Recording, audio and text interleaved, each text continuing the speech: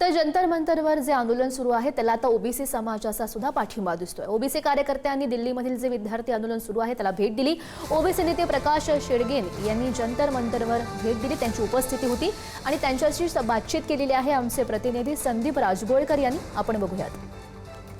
जंतर मंतरवर जे आंदोलन चालू आहे त्या आंदोलनाला ओबीसी जनमोर्चानं देखील पाठिंबा दिला आहे। माजी आमदार आणि ओबीसी नेते प्रकाश शेंडगे यांनी जंतर मंतरवर थेट भेट देऊन पाठिंबा दिलेला आहे।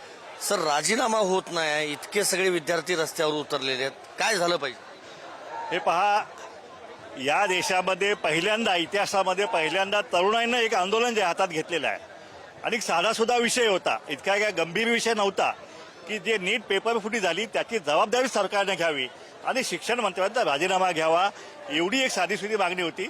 आणि ज्या 21 विद्यार्थ्यांनी आत्महत्या केलेल्या आहेत त्यांना सरकारने 1-1 कोटी रुपयाचं अनुदान जे आहे त्या मदत द्यावी, एवढ्या साध्या मागणीसाठी ही तरुण मंडळी आज रस्त्यावर उतरलेली आहे। या सरकारचा धर्मेंद्रपणाला राहू द्या, सरकारचा जो राजीनामा जे आहे ती ही मंडळी मागू शकतात। या आंदोलनात जाहीर पाठिंबा देण्यासाठी आज आम्ही महाराष्ट्रात इथं आलेलो आहे।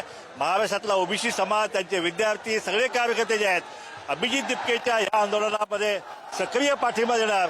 आम्ही ज्या कारणास्तव या ठिकाणी आलेलो होतो, ज्या अभिजित दिपके आणि त्यांच्या टीमची जी मागणी आहे, संपूर्ण देशातल्या युवा पिढीची मागणी आहे, तेच आमची ही मागणी आहे की धर्मेंद्र प्रधान यांनी राजीनामा द्यावा।